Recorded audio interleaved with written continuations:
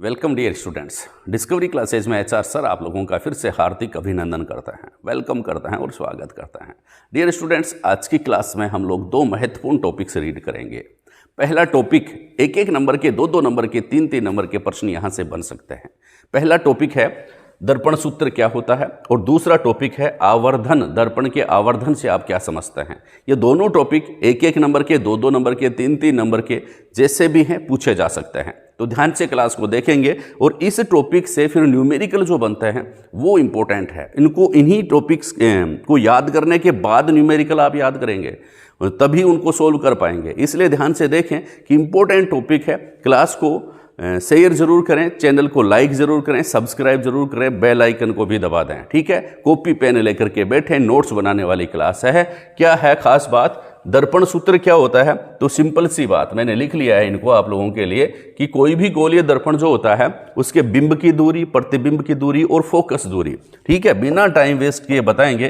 तीन बातें हैं। नंबर एक बिंब की दूरी, नंबर दो प्रतिबिंब की दूरी, नंबर तीन फोकस दूरी। इनके बीच के संबंध को क्या कहते हैं? दर्पण सूत्र कहते हैं। समझ गए? सिंपल सी परिभाषा, किसी गोलीय दर्पण के लिए बिंब की दूरी, प्रतिबिंब की दूरी तथा फोकस दूरी के बीच एक संबंध पाया जाता है जिसे क्या कहते हैं? दर्पण सूत्र कहते हैं। एक बार और बोल दीजिए, किसी गोलीय दर्पण के लिए बिंब की दूरी, प्रतिबिंब की दूरी तथा फोकस दूरी के बीच एक संबंध होता है जिसे दर्पण सूत्र कहते हैं। समझ लो। क्या ये मान लो गोलीय दर्पण है, यहां पर ले लिया मैंने कौन सा दर्पण? अवतल दर्पण लिया है। तो अवतल दर्पण से ये हो गया प्रतिबिंब। सभी दूरियां जो है ना बच्चा, वो दर्पण के ध्रुव से मापी जाती हैं। कहां से मापी जाती हैं? दर्पण के ध्रुव से। यह दर्पण का ध्रुव है, इस ध्रुव से ये दूरियां मापी जाएंगी। ये बात ध्यान में रखना। तो बिंब की दूरी, ये बिंब है। कोई भी वस्तु जो होती है इसको बिंब कहते हैं। तो ये बिंब है। बिंब की दर्पण से दूरी, इसको अपन रिप्रेजेंट करते हैं यू से। किससे रिप्रेजेंट करते हैं? यू से। यहाँ तक, ये इधर नहीं नापेंगे, यहाँ मापेंगे। ये ध्रुव है, ध्रुव से दूरी बिंब की, यह है यू। ठीक है, प्रतिबिंब कहाँ पर बना है? यहाँ पर। तो इसको किससे मापेंगे? किस में रिप्रेजेंट करेंगे? वी। यह प्रतिबिंब की दूरी होगी ध्रुव से। ठीक है, ये यहाँ से लेकर के यहाँ तक, ये यहाँ से लेकर के यहाँ तक। तो बिंब की दूरी, सभी दूरियां दर्पण के ध्रुव से मापी जाती है। तो बिंब की दूरी u, प्रतिबिंब की दूरी v तथा फोकस दूरी, ये फोकस दूरी हो गई यहाँ से यहाँ तक। तो इनके बीच जो संबंध पाया जाता है उसको अपन क्या कहते हैं? दर्पण सूत्र कहते हैं। क्या खास बात ध्यान में रखनी है? ये बातें और देख लीजिए आप, इनको भी ध्यान में रखें कि अपन पहले बात करें बिंब की दूरी की। किसकी बात करें? बिंब की दूरी। तो बिंब की दूरी जो होती है, बिंब की दूरी, ये ध्यान में रखेंगे। बिंब की दूरी चाहे अवतल दर्पण हो चाहे उत्तल दर्पण हो, अवतल दर्पण के लिए तथा उत्तल दर्पण के लिए, मतलब दोनों दर्पणों के लिए बिंब हमेशा बाईं साइड में लिखा जाता है और कार्तीय चिन्ह परिपाटी के अनुसार वह किस प्रकार मानी जाती है? ऋणात्मक मानी जाती है। ये बात ध्यान में रखेंगे। बिंब की दूरी जो होती है हमेशा ऋणात्मक मानी जाती है।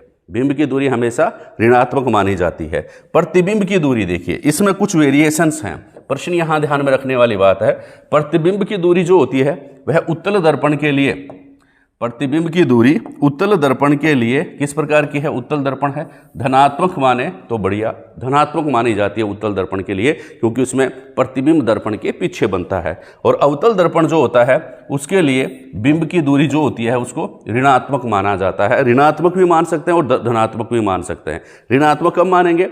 जब प्रतिबिंब जो होता है वह दर्पण के सामने बने, ठीक है, तब उसकी दूरी ऋणात्मक मानेंगे। और जब प्रतिबिंब दर्पण के पीछे बने तब उसको अपन क्या मानेंगे? धनात्मक। और अवतल दर्पण में सिर्फ एक ही स्थिति में प्रतिबिंब दर्पण के पीछे बनता है, एक ही स्थिति में धनात्मक मानेंगे। कब? जब प्रतिबिंब उस दर्पण के पीछे बने, अवतल दर्पण के। और अवतल दर्पण के पीछे कब बनता है? जब वस्तु दर्पण के ध्रुव व फोकस बिंदु के बीच में स्थित हो। ठीक है, उस कंडीशन में जो प्रतिबिंब बनेगा उसके लिए अवतल दर्पण के लिए दूरी धनात्मक मानेंगे, बाकी का ऋणात्मक होगा। ठीक है, तीसरी बात क्या देखेंगे फोकस दूरी के बारे में? फोकस दूरी जो होती है वो अवतल दर्पण के लिए हमेशा ऋणात्मक, फोकस दूरी अवतल दर्पण के लिए हमेशा ऋणात्मक मानेंगे और उत्तल दर्पण के लिए फोकस दूरी हमेशा धनात्मक मानी जाती है। ये भी खास बात ध्यान में रखेंगे। साथ में एक लाइन और ऐड कर लीजिए, क्या कि जो भी आभासी प्रतिबिंब है, कौन सा? आभासी प्रतिबिंब, उसके लिए जो आभासी प्रतिबिंब के लिए जो दूरी होगी, प्रतिबिंब की दूरी, वह धनात्मक होगी। आभासी प्रतिबिंब के लिए धनात्मक, और वास्तविक प्रतिबिंब जो होगा, वास्तविक प्रतिबिंब जो होगा उसके लिए जो दूरी मापी जाएगी वह होगी ऋणात्मक। ठीक है, कैसी होगी भाई? ऋणात्मक, आभासी प्रतिबिंब के लिए। ठीक है, दूसरी बात, सीधा प्रतिबिंब जो होता है, सीधा प्रतिबिंब बन रहा है तो उसके लिए दूरियां मापी जाएंगी धनात्मक, और उल्टा प्रतिबिंब बनता है तो उसके लिए दूरियां मापी जाएंगी ऋणात्मक। ये खास बात आप ध्यान में रखेंगे। ठीक है, ये सारी बातें अगर ध्यान में रखेंगे तब जाकर के हम इससे संबंधित ऑब्जेक्टिव क्वेश्चंस सोल्व कर पाएंगे, डिस्क्रिप्टिव क्वेश्चंस, न्यूमेरिकल कहने का मतलब न्यूमेरिकल सोल्व कर पाएंगे। तो ये बात ध्यान में रखेंगे। अगला पॉइंट अपना बचता है, वह कौन सा है? आवर्धन। कौन सा बच्चा? आवर्धन। तो आवर्धन से क्या समझते हैं? आवर्धन किसे कहते हैं? तो देखिए, आवर्धन का सीधी सी बात है कि प्रतिबिंब की ऊंचाई, जो प्रतिबिंब बना, प्रतिबिंब की ऊंचाई बटा बिंब की ऊंचाई, प्रतिबिंब की ऊंचाई बटा बिंब की ऊंचाई जो है उसको अपन क्या कहते हैं? दर्पण का आवर्धन कहते हैं। प्रतिबिंब की ऊंचाई जो होती है उसको हम किससे रिप्रेजेंट करते हैं? h से। आवर्धन को m से रिप्रेजेंट करते हैं, m बराबर h डैश बटे h। ठीक है, यह है किसका सूत्र है? आवर्धन का सूत्र है। और इसके बराबर आप ये भी लिख सकते हैं, बराबर माइनस v बटे u। ये भी ध्यान में रखना।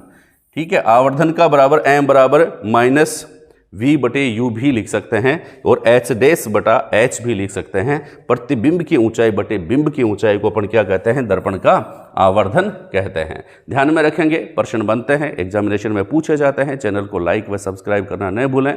ठीक है, पढ़ते रहें, आगे बढ़ते रहें। थैंक यू, धन्यवाद।